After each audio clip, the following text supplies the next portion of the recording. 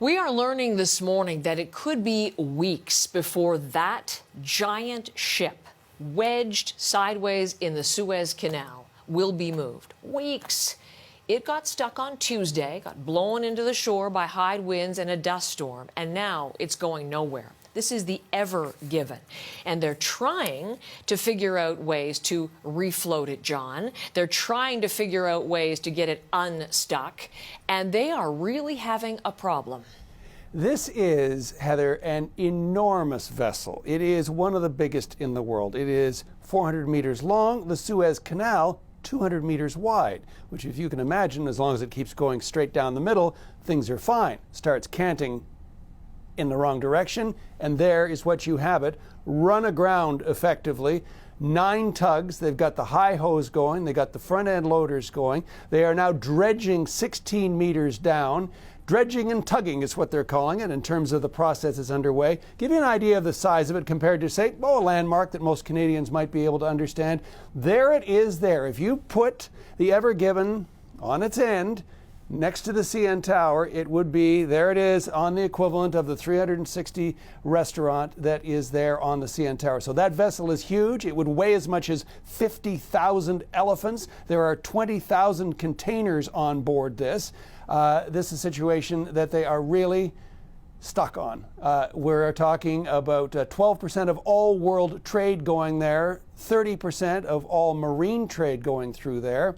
We've got now, according to Lloyd's list, 250 vessels waiting to go through the Suez Canal, and they really are stuck. Heather? That graphic shows it all. I mean, they've called this a very heavy beached whale. And so, as you've shown so clearly, they're trying everything they can to get this unstuck. In the interim, you mentioned all of the pieces of equipment that are being brought to bear here to try to figure out ways to dig it. No shortage of memes. The internet is really weighing in on some of it. It kind of reminds me of the story of the little engine that could, John. Yes, well, we got a little tug that could in a moment, but first we'll show you some of what is going out there in terms of the memes that are, and let's roll through them here and start with it. Is there a Lego recreation of it there? That is the bulbous front of it, the bulbous bow, if you will, meant to actually allow it to flow through water better, not through sand. But there you can see the comparison done in Lego. Perhaps a series of helium-filled balloons. People are so helpful on the internet. This gentleman, in solidarity with the Ever Given, is with pandemic supplies on his back, lying across his hallway.